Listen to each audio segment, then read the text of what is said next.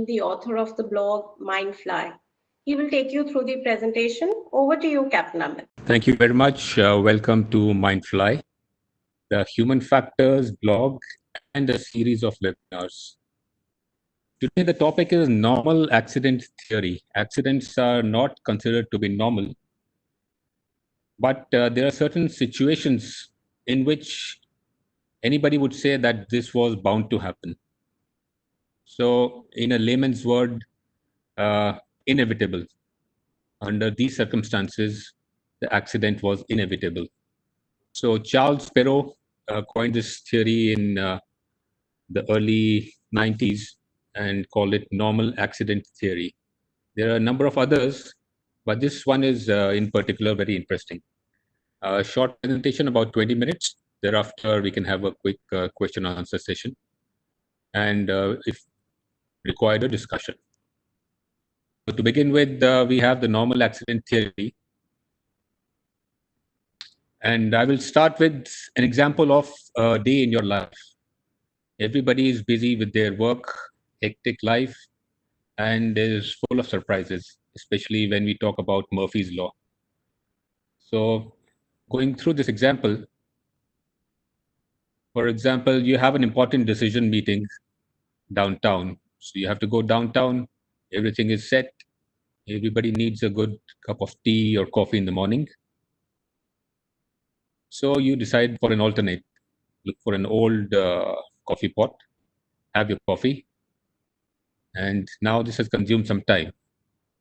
So you pace back and forth, water boils, quickly gulp down your coffee.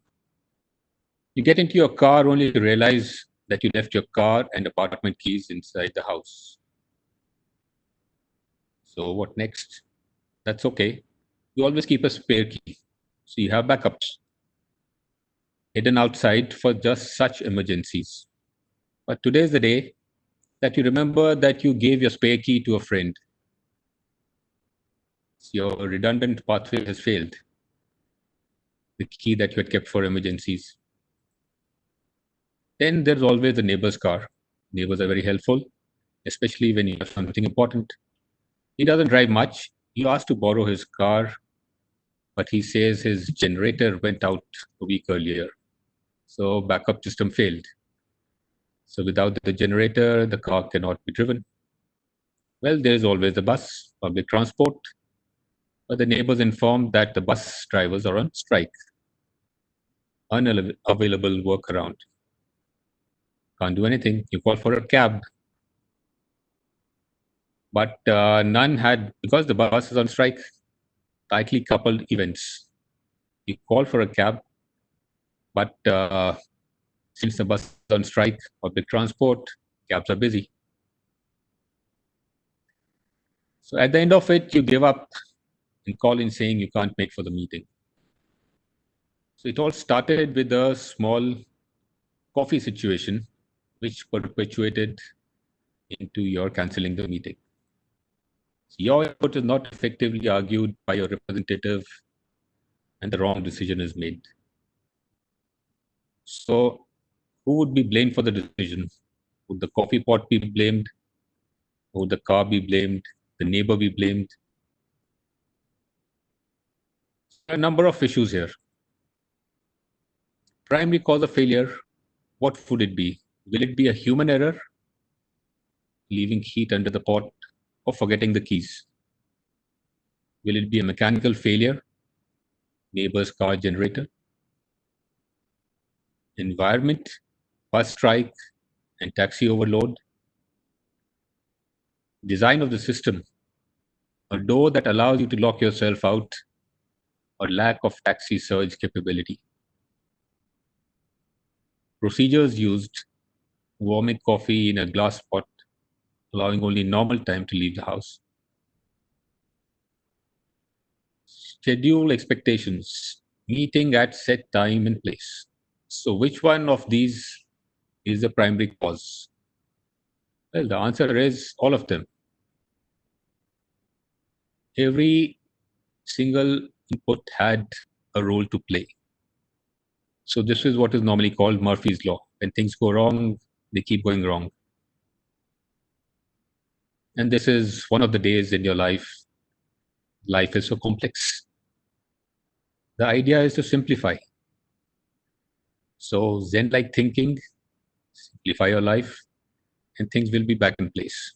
But how do we deal with complex systems that we normally use every day? So there have been a number of attempts to understand and prevent system accidents. There's something called high reliability organizations, and we have this normal accident theory. 84, Charles Perrow came out with this theory called normal accident theory. And he was studying a few incidents, in particular, the 3 Mile Island. So that is a nuclear reactor in the US. There was a small leak.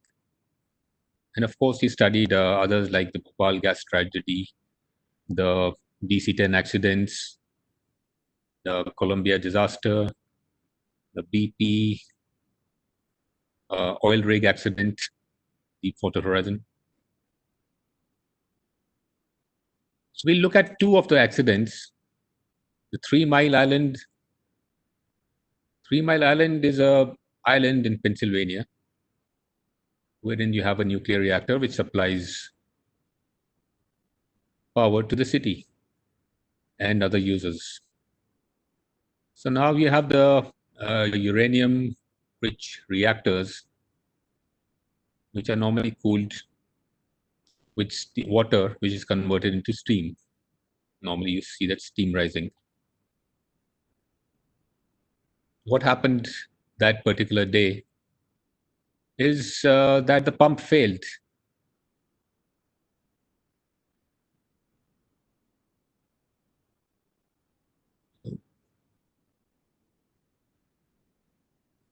The pump failed, and basically the water could not be removed. So water normally removes the heat from the reactors. What did the system do? The system shut down the reactor, which was quite normal. Now the cooling was stopped and the reactor auto shut down. But there was a failure here and another failure wherein the valve was leaking. The valve leaked, the cooling water escaped. The indications what the scientists got were very confusing. For the leaking valve did not show an open valve. Instead showed it was shut, whereas it was leaking. So confusing indications led to operators shut down the cooling plant. Once the cooling plant was shut, the fuel, which was under tremendous heat, the temperature started rising. There were two pumps. First, one pump failed, then the second pump failed, and there was overheat. But there was just about overheat for a very small leakage of radiation. So they were very lucky that things were under control. Now, if you see, you have the reactor and you have the cooling system. The reactor is built by one company, the cooling system is built by another company. Both have different operating philosophies, indications, gauges, manuals. So these are very complex systems, especially when you combine two systems. It becomes even more complex.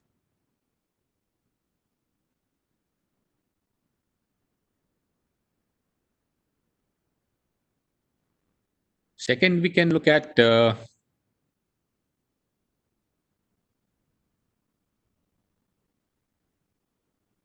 DC-10. So this is the DC-10 accident in Chicago. It's a very famous photograph of a DC-10. This is another famous photograph of the investigator holding a bolt.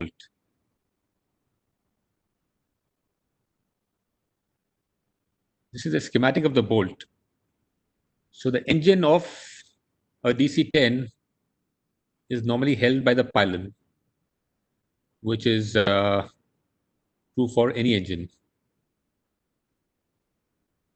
Now, the pylon has certain number of bolts, and the pylon is attached to the wing. The wing and pylon have about 4 bolts, whereas the engine and pylon have more than 50 bolts. So when a DC-10 is required to be serviced, the engine has to be removed from the pylon, which means you open some 50 bolts, take the engine out.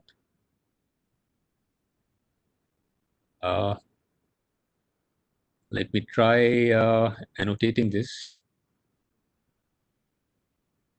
So this is basically the bolt.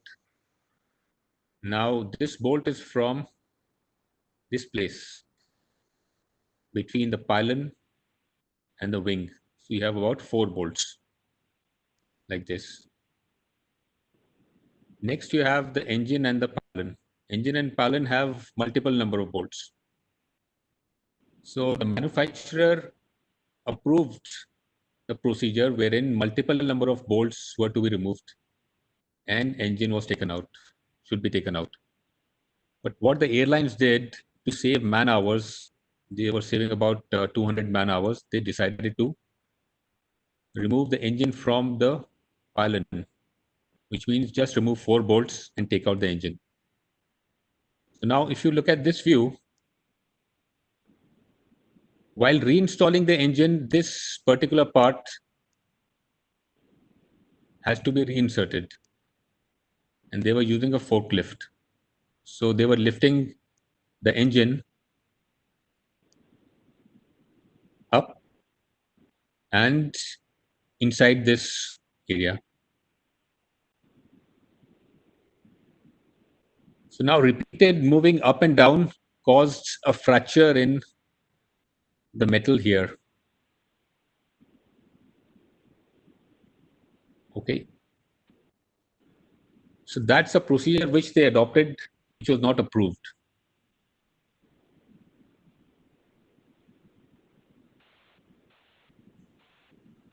So what actually happened is, once the aircraft took off, the left engine detached. Now the left engine detached, the crew did not know about it because the engine was way back. They just saw indications of the left engine drop, so they assumed it was an engine failure. Then the captain lost his instruments. Captain losing his instruments was a bit strange. After a while, the aircraft began to bank towards the left and continued to bank, as you see in the photograph on the left, and it turned over and crashed. Nobody survived, but the investigation started. So first thing is locate the CVR, FDR. They played the CVR, but a few seconds after takeoff, the CVR had stopped, along with the engine failure or separation. So the investigators did not know where to go, how to hunt. They kept sifting through the material till they found the broken bolt. So then they found where the broken bolt came from. Then they started locating the parts, assembling the parts, and they saw the fatigue, metal fatigue.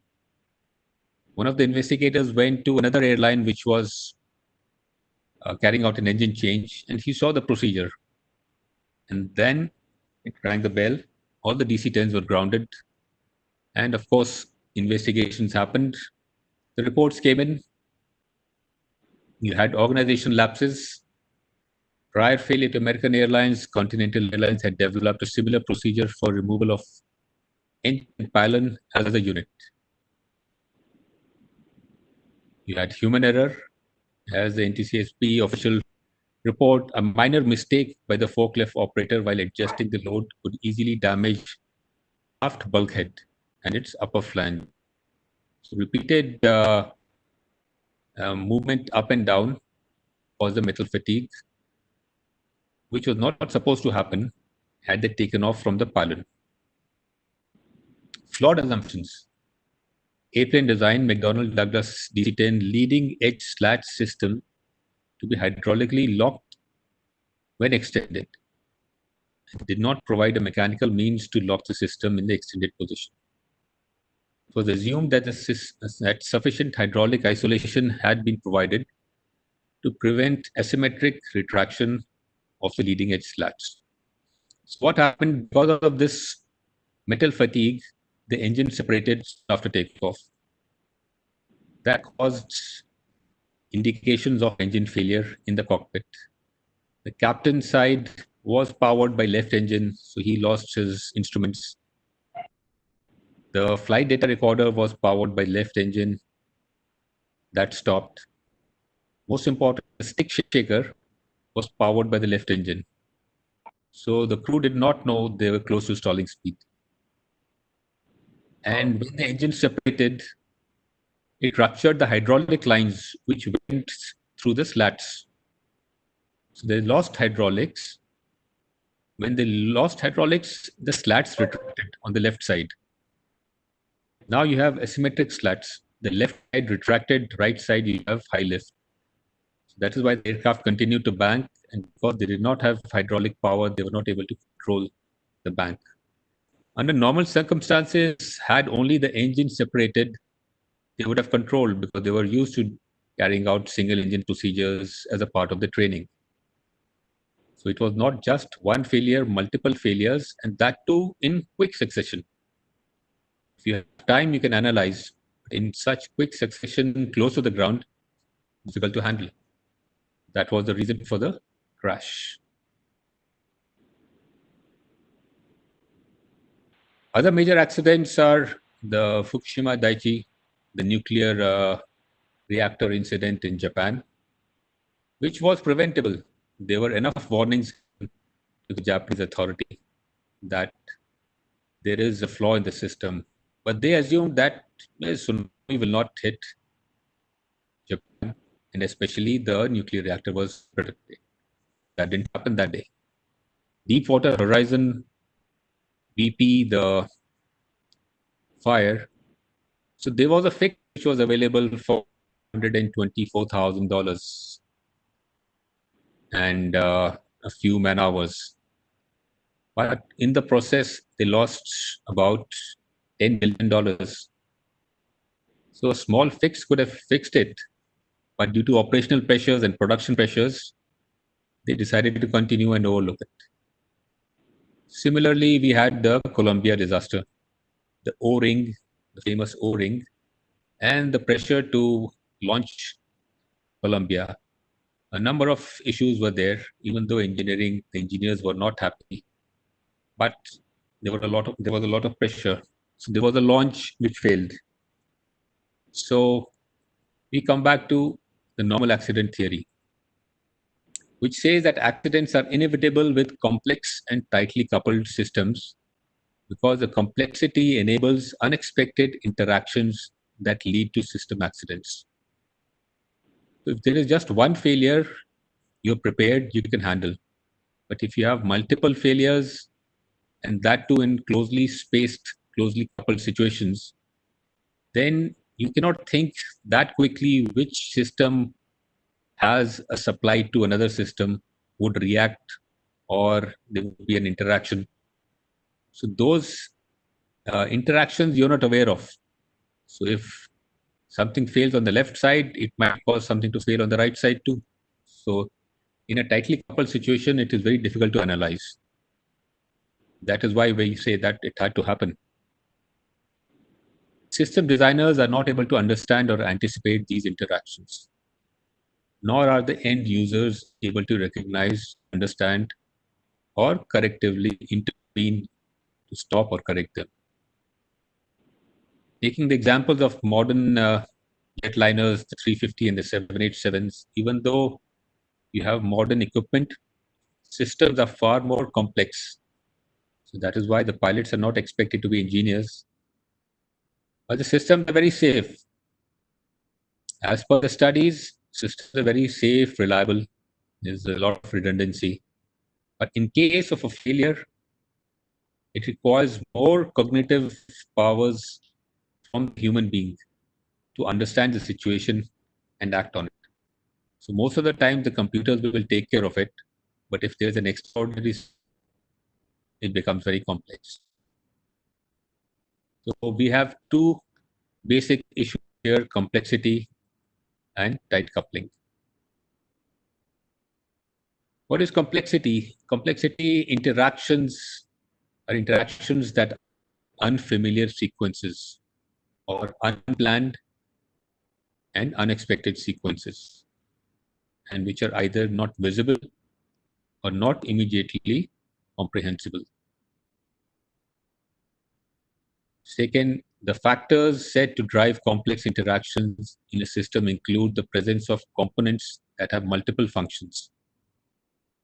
Multifunctionality means that the components can fail in more than one direction at once. Physical proximity of components. If one fails, that can lead to second failure. Specialized knowledge of personnel that limits their awareness of interdependencies. As a flight crew, you have limited knowledge of the interdependencies. Several control parameters and potential interactions. And the need to decipher unfamiliar or unintended feedback loops and make inferences. So basically, you have systems which have interconnections, but you're not aware of how and when they activate the other system or affect the other system in a negative way. Second is tight coupling. A system is said to be tight coupled is minimal time lag between the processes it executes.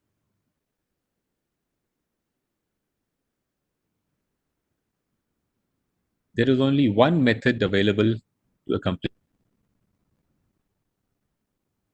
little slack as possible. In supplies, equipment, and personnel, buffers and redundancies are inbuilt. There being little scope of introducing them at a later stage. Substitution of supplies, equipment, and personnel is not readily possible, and where possible, it can be done only in a prescribed manner.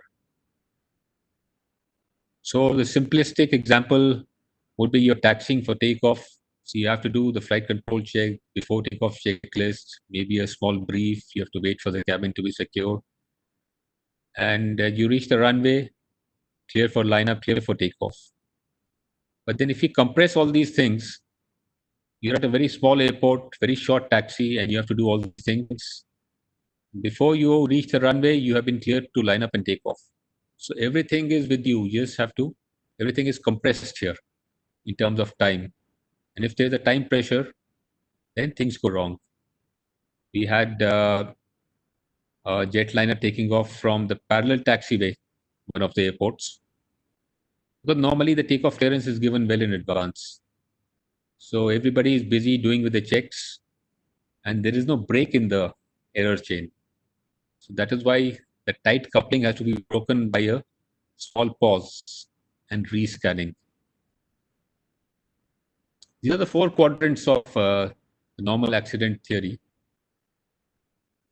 So starting from the lowermost, number 3, most manufacturing industries come in the low risk category because they follow the assembly line. Assembly line is straight linear motion, one after another. So there is very little interaction of processes. So it is linear, one after another. On the top, you have dams and power grids. That is one action being followed. Then on the right, we have nuclear power, number 2, space missions. And here comes the flying part, which is full of complexity and tight coupling.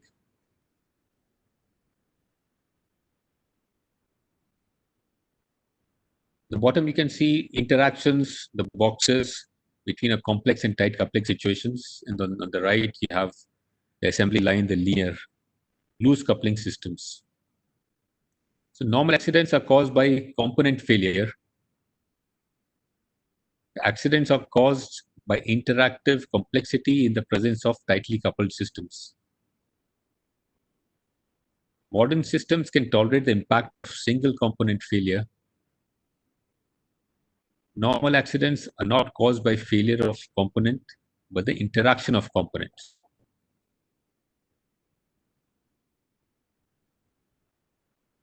And the conclusion of the short presentation was simple. Some accidents are inevitable. Complexity and spacing are the key factors here. Thank you very much. Now you can have interaction or questions with examples so that I can explain the concept better.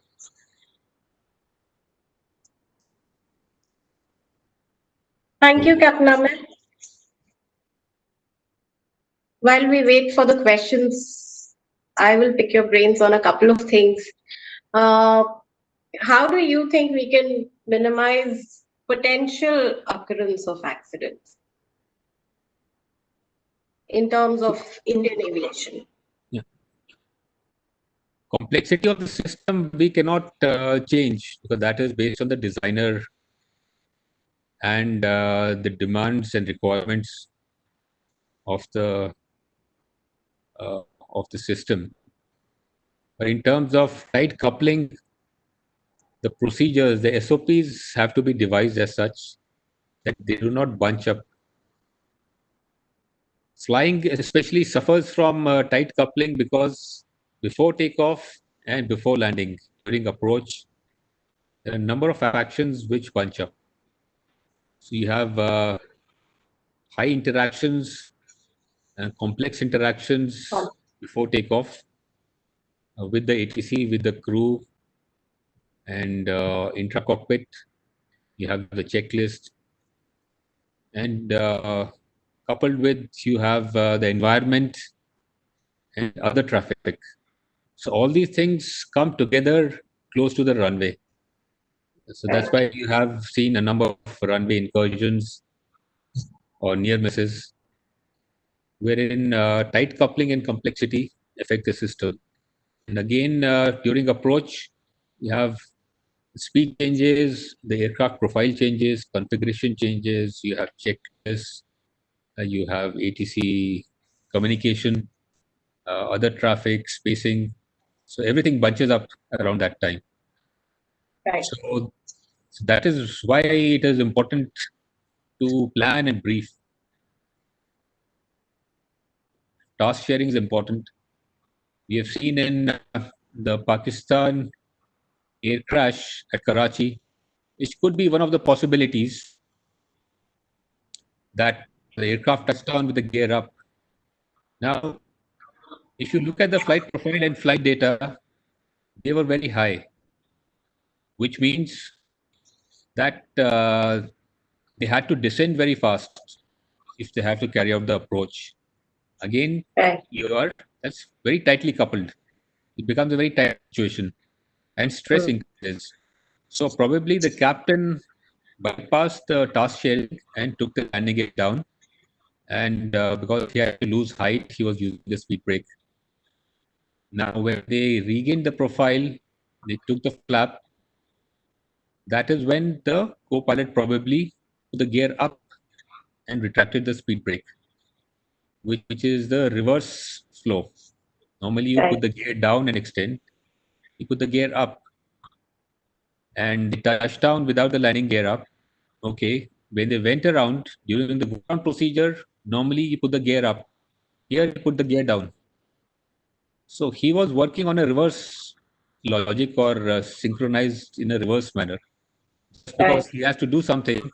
So whichever position of the landing gear he saw, he put it in the opposite direction without thinking, or he was impulsive or was not mindful. So tightly coupled situation, this is one of the outcomes. So the idea is to loosen it or bring it in a linear motion. Linear motion is when you plan your descent properly. Everything rolls out fine. If you want to loosen this, as the ATC advised, they had to turn left, take another round, basically 180 or whatever radar vectors. So they would get more time and distance. So that is loose coupling. But if you want to push it and make it tighter, then you say this was bound to happen. So here also we can say that Pakistan 8303 at Karachi was bound to happen because they were too high at the beginning. That was a start. So Yeah, the that chain is, of that has, events. yeah. So that has to do with a number of things like the culture and the hierarchy, the power distance index. But again, somebody has to break that chain. Right. Again, a training issue. Yes. Training processes, organization, everything put together. And what are some of the existing good practices around the world that you think that we should also adopt or which are already there? See, we have to build systems as per our culture. In the West, we normally pick up systems which are designed in the West. So West, the power distance index is very low. It is okay for a co-pilot to call the captain by his first name, and if he's not happy, he can very well say, "I'm not happy with what you're doing," and it is affecting the safety, or he can always say that I'm not comfortable. But for the same dialogue to happen in India or go towards the east, it becomes bit more difficult because of the cultural effect, the society we come from, the respect for the seniors, and we do not speak up in front of the seniors, especially in South Korea. Whatever the head says, head of the organization or the captain is assumed to be, uh, the action has to be carried out. So the organization has to adopt that culture that this is the way we do things here, which overrides your national culture. Right. So organization culture basically has to be very strong. You have people coming in from all over. The systems have to be devised taking into consideration your cultural background. So that is very important. Right. Okay, we do have a question. It's slightly long from Nikhil. And he says that complexity, as pointed out, is definitely a concern with aviation. But pilots, as humans, are dealing with these complexities every single day to ensure safety. From a safety approach, are we doing enough to learn from what goes right? If we tapped into data where things go right, which is almost all the time, we would perhaps learn better how humans are in fact coping with complexities and ensuring safety. So one theory which is called safety one and safety two. Yeah, safety to Safety one, approach is what he's talking yeah. about. So safety approach and safety two. So safety one, basically that if 90% of the things or 95% of your operation is going right, so why not find out what is making it go right and build upon. Whereas what the is that when accidents happen, then we wake up and say, why did it happen? And what were the reasons for it? And make an effort to stop these things from happening. So those are only 5 or 10% of Yeah, the reasons. So of course, it is important to know that what is going right, so that we make sure that things continue to go right. So that is a very important thing. And your SOPs are working. That is the feedback. So SOPs are supposed to, or checklist items are supposed to cover all critical items. If they are covering your critical items, which means that you have your back covered. So these are items which are basically saving you, which you perform in everyday flying. Now, the second part is what doesn't go right, because we have, like I said, the studies of the modern airliners from the cognitive part. The systems inside are so complex. One, we will not understand the systems. We will understand whatever is presented to us. But inside, what is the interaction of the systems? That is too complex. So when things go really wrong, then it will take a lot of cognitive power or resources to understand what has gone wrong. We had the simplistic case of DHL the flight which was struck by a missile after takeoff. They lost all hydraulics, the wing was on fire, fuel leak. But they managed to relearn, go back to the basics, use differential thrust, come back and land. So that was a simple, not a very complex issue. The DC-10 accident, which I just narrated, was a more complex issue which nobody would have thought of. Even the designers did not think of it. So, from the safety perspective, if you see, if there are no accidents happening, safety has to be more uncomfortable. So that we will touch upon in the next webinar, wherein we have high reliability organizations. What do high reliability organizations or HROs do is, when things are quiet, they are more uncomfortable, which means they dig more into data. That when is the next incident going to happen? Why don't we have a trend? So they become overactive when things are very quiet. So if everything is going fine, yes, things are going fine, but there is always a room for improvement, and you have to look out for basically complacency and things like product failure and fatigue. So all these issues. So there could be other latent issues which could come up. So everything is going fine, but if you're flying too much, then your fatigue factor will come in. So it is not that system one is working, so you continue with it. From the safety man's perspective, it is something different. But from the flying crew perspective, things which are working fine are good enough. Right. I think in extension to this question itself, even I have a question about the accident and investigation reports that we have. We have the reports, we have the inferences, but there is no closure. The loop is not closed, and whatever are the findings, they remain as findings on paper. There are hardly any actions taken to ensure that certain things have been implemented. What are your thoughts on that? Well, we have seen in the past, historically, human factor has not been investigated thoroughly. From the technical point of view, a very hasty investigation, which uh, at times what we call in training inter-rater reliability. But here in investigators, we have different rating standards. So if you see one investigator, he'll have a very short recommendation and probable cause, maybe 2-line probable cause, and 4 lines of recommendations. Another investigator, on the other hand, other extreme, will have a whole lot of recommendations. I have read investigations from the regulator side, wherein we had about 4 or 5 pages of recommendations and half a page or more of probable cause. So we have different extremes. So it is about how the investigators are trained and their rating capability, report writing.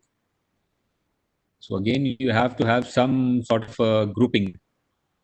So if you have a scattered group, then that is not reliable. Which is the current situation?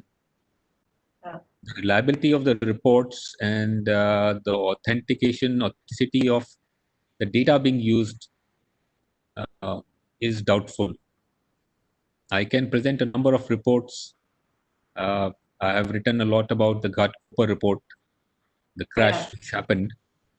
So that is very obvious that both the engines were damaged in flight. The report says so. There was overload. The engine suffered from overload. There is the CVR which says that one engine had an issue, technical problem, and they say now the right engine has a loss of thrust, which means there's an issue with both the engines. But the report at the end of it has in one line says that there was no pre-impact anomaly and the engines were producing thrust.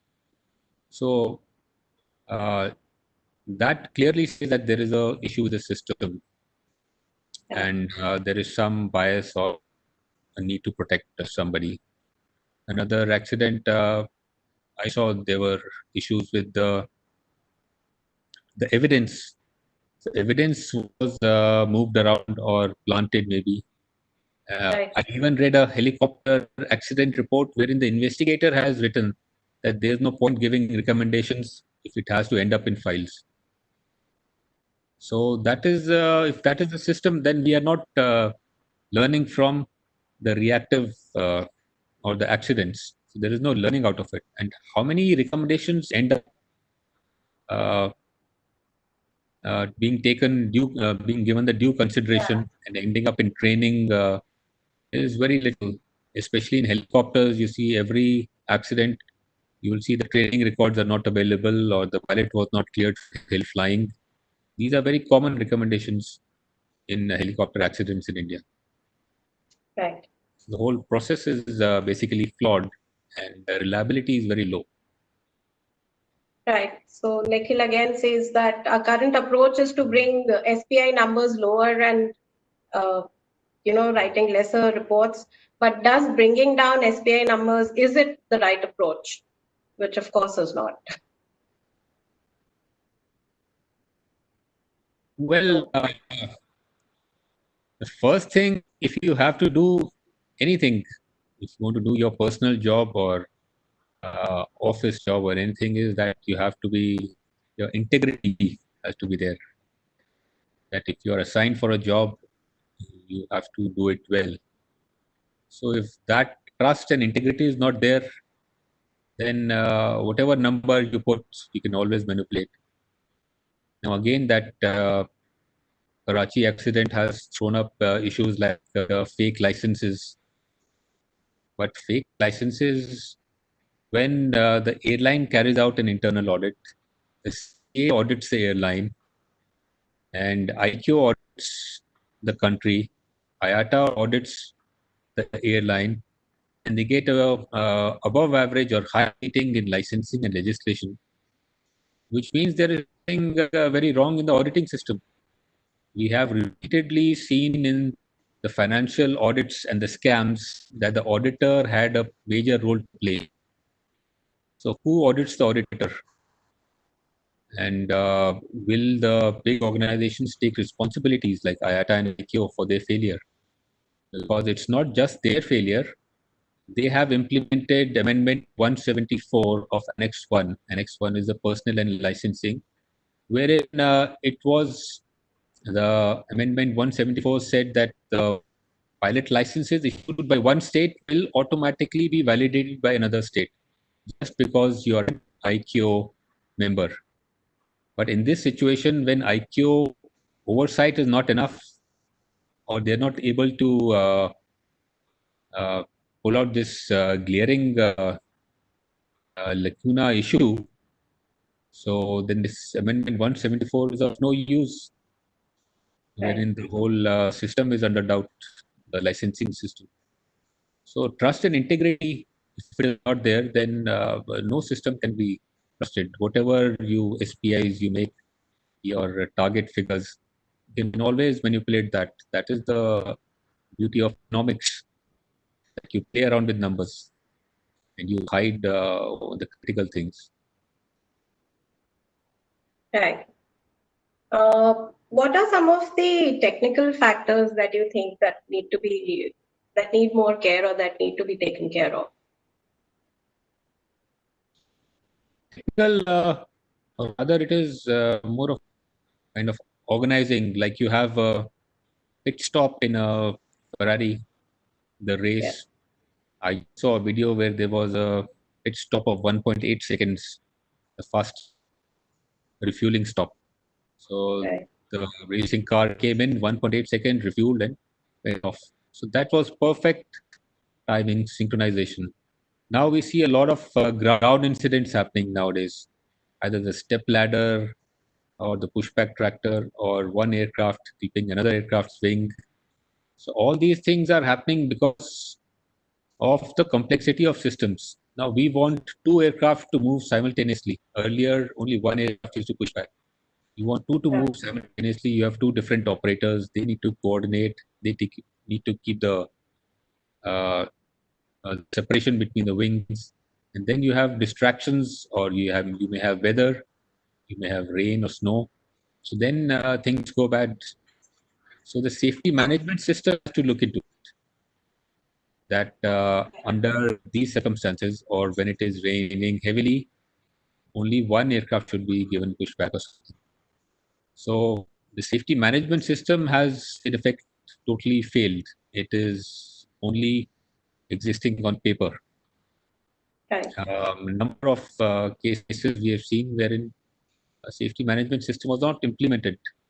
So people are of the opinion that safety belongs to the safety department. But Yeah. again, everybody is responsible in a generative safety culture.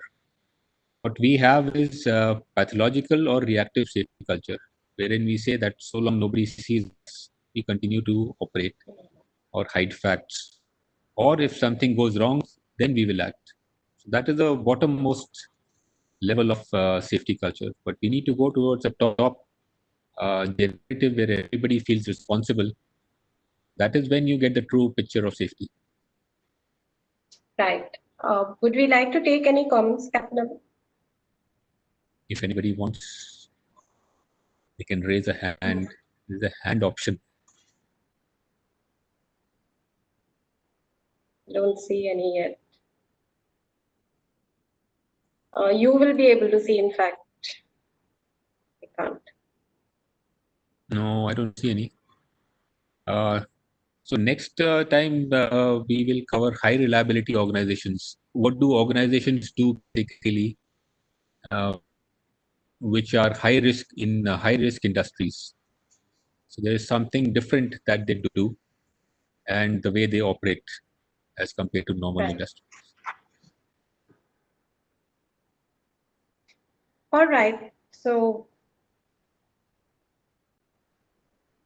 I think we'll wrap up now, unless you want to say or have any closing comments, Captain Amit. No, I'm done.